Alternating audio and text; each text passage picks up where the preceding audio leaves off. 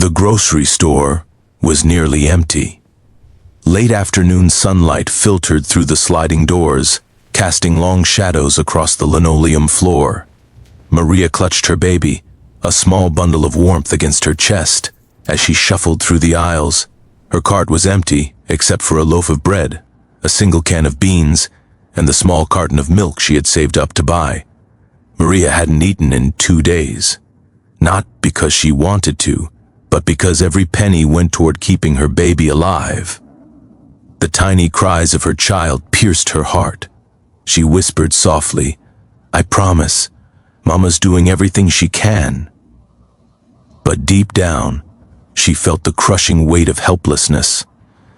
At the register, Maria set her items down one by one.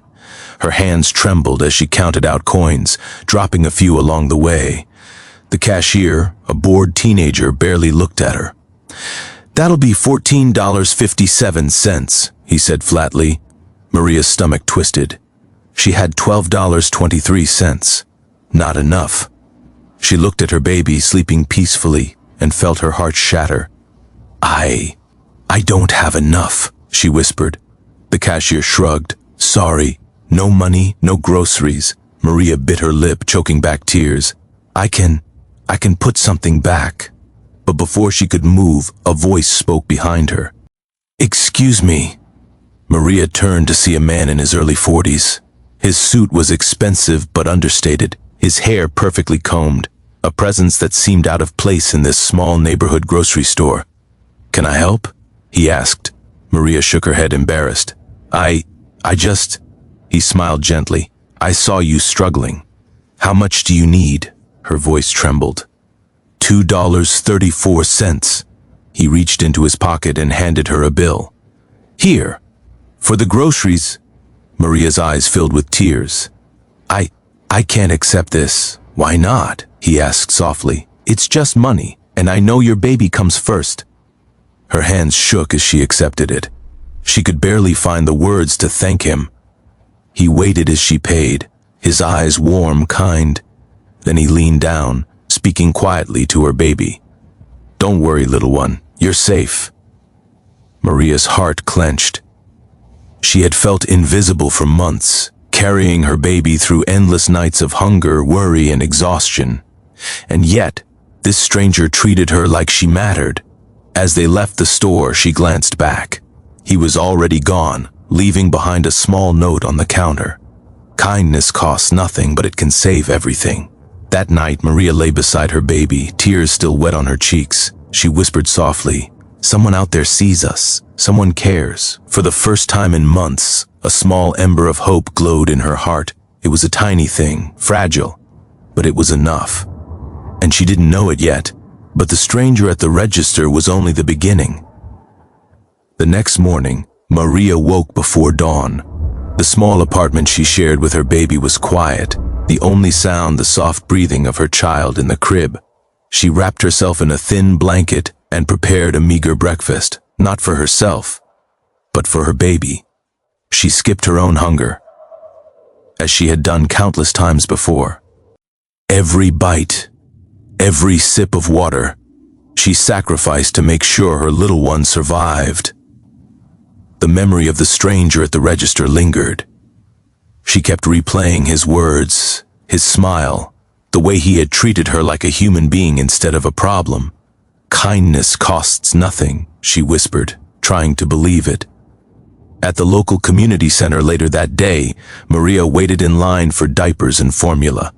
The line was long, stretching into the hall. She watched other mothers, each carrying babies with hungry eyes or empty bottles, each with their own invisible battles. She felt invisible too, despite the stranger's gesture. The world was full of people who helped, sometimes, but mostly it was survival. Then a familiar sight stopped her. A man in a tailored coat, hands in his pockets, waiting patiently behind the counter where volunteers distributed food. Maria froze. Could it be? He noticed her. Recognition flickered in his eyes. "Maria," he said warmly, "it's good to see you." Her lips parted in surprise. You remembered me?" He nodded. "Of course. You're doing an incredible job." That little one is lucky to have you." She felt heat rise to her cheeks, a mixture of embarrassment and gratitude. "I'm just trying to keep her alive." He smiled gently. "And you are. But no one should have to do it alone." Over the next few weeks, the stranger, whose name Maria learned was Daniel, kept appearing in small, unexpected ways. A grocery bag with extra formula waiting outside the store, a note with encouragement tucked into her mailbox, even small acts that seemed trivial, but for Maria, they were monumental. Each gesture reminded her that she was seen, that she wasn't invisible. And slowly, something began to change. Maria started to notice hope again. One rainy afternoon, she found herself standing outside the pharmacy, holding a crying baby, realizing she had no money for the prescription she needed. Her chest tightened. She had exhausted every option. Then she felt a tap on her shoulder. Daniel stood there, umbrella in hand, a soft smile on his face. "Looks like someone needs help." Maria shook her head. I don't want to bother you again." "You're not bothering me," he said simply. "I'm here. Always." He handed her the prescription, paid in full. Maria's hands trembled. I don't know how to thank you. Just promise me something," he said gently. "Keep going. Don't give up on her. Don't give up on yourself." That night, as Maria held her baby, she realized the truth. The small stranger who had appeared at the register wasn't just offering money. He was offering faith, a reminder that the world wasn't entirely cruel, that kindness existed, even when everything else seemed lost. For Maria, it was more than enough to keep going. She didn't know it yet. But Daniel's presence was about to open doors she had never dared to imagine. A week later, Maria found herself standing in front of a small community center she had never noticed before. A sign in bright letters read, "Hope and Hands, Support for Mothers and Children." Inside, volunteers buzzed about, sorting donated clothes, toys, and food. There was laughter, chatter, and a warmth Maria hadn't felt in months. Daniel was there, as if he had been expecting her. "I thought you might like to see this place," he said softly. Maria looked around in awe. "It's beautiful and busy." "It's more than that," Daniel said. "It's a chance for people like you to be supported. You're doing everything on your own, Maria, but you don't have to anymore." Her eyes filled with tears. "I don't deserve this." "Don't talk like that," Daniel replied firmly. "You've earned it just by surviving." Over the next few days, Daniel introduced Maria to a network of mothers who were in similar struggles. Some were single parents, some had lost jobs, and all were trying to feed their children with dwindling resources. Maria learned that she wasn't alone, that there were people who understood, who offered guidance, empathy, and most importantly, hope. One evening, as she helped organize donated clothes, Daniel approached her. "There's something you should know," he said. "I'm not just here as a passerby. I want to help you in a way that lasts." Maria blinked. "What do you mean?" He handed her a small envelope. Inside was a voucher for a local daycare program, enough to cover full-time care for her baby for 6 months. I can't accept this," she whispered. "You don't have to," Daniel said. "But I insist you take it. For her, for you, so you can rest, work, and start building something better." Maria felt the weight of years of fear and exhaustion pressing down, and then slowly lifting. The next morning, Maria arrived at the daycare for an orientation. The staff greeted her warmly, helping her understand the schedule and routines. She watched her baby being cradled and cared for by trained hands, and she realized something remarkable. For the first time, she could breathe. She could eat without guilt. She could sleep without fear of neglecting her child. When she returned home, she found Daniel waiting. "Gee, outside her apartment." "You did it," he said with a small smile. "You took the first step." Maria shook her head. "I didn't do it alone." He nodded. "No, you didn't, and you never will."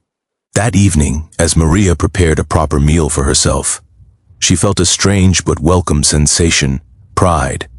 She had survived hunger, fear, and loneliness. She had protected her child against all odds. And now, for the first time in her life, she could imagine a future where she didn't have to survive, where she could live. She sat down with her baby in her lap, smiling through tears. "Someone believed in us," she whispered. "And maybe we can start believing in ourselves too." Weeks passed, and Maria's life began to stabilize in ways she hadn't thought possible.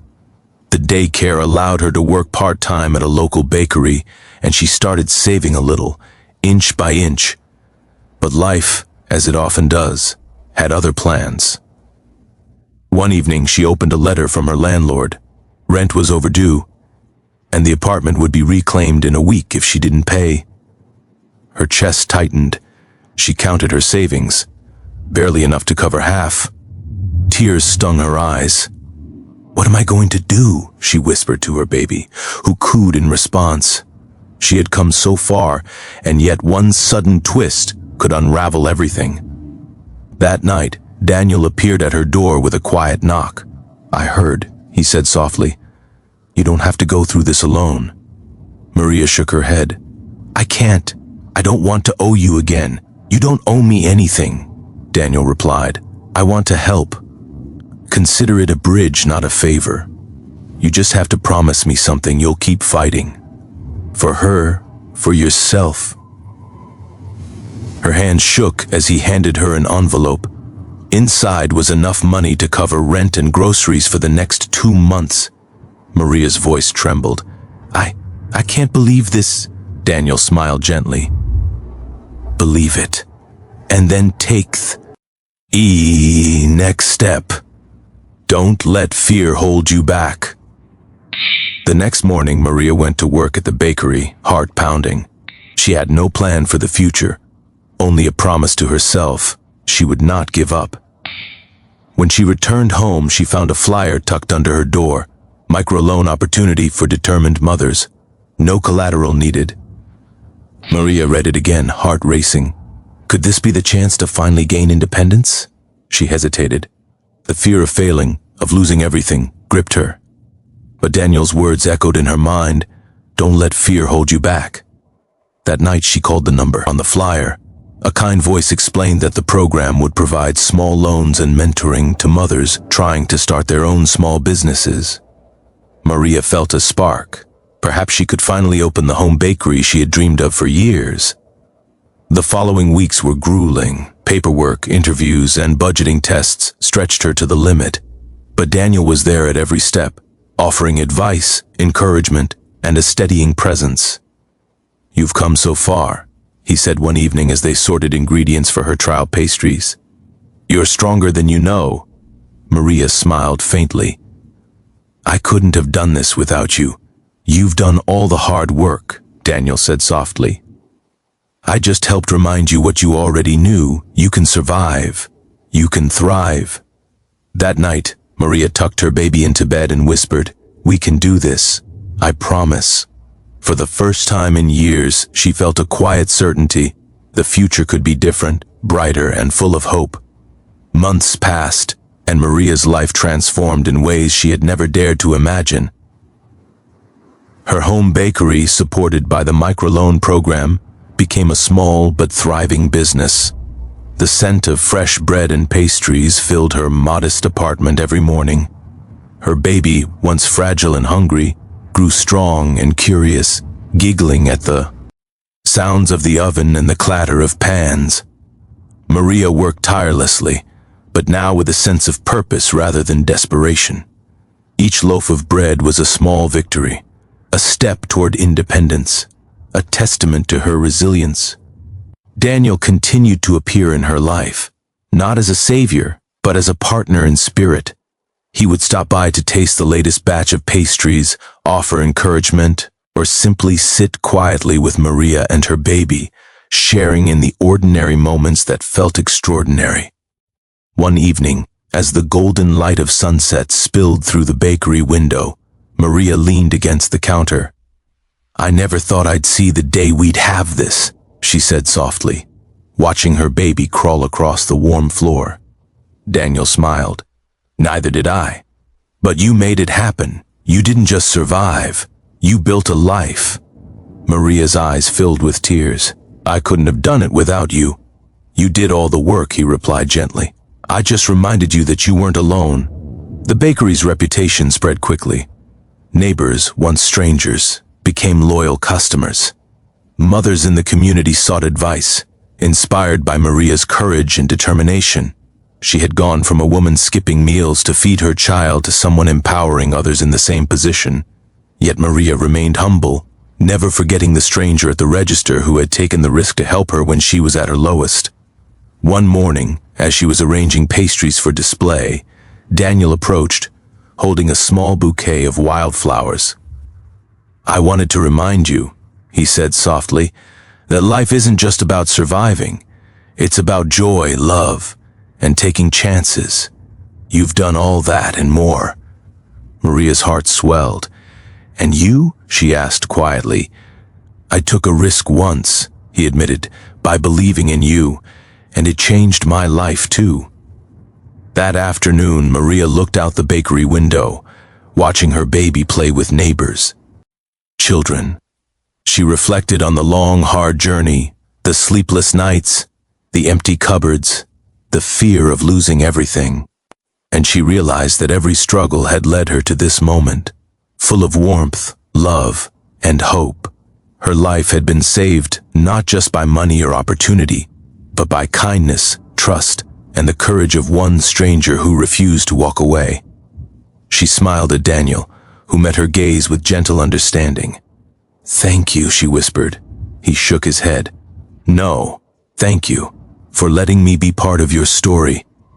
Years later, Maria's bakery had expanded. She employed other mothers who were struggling, mentoring them, and creating a ripple effect of hope. And she never forgot that day at the register. The day a stranger had risked nothing for himself, but gave everything to change her life. The millionaire at the grocery store didn't just buy her groceries that day.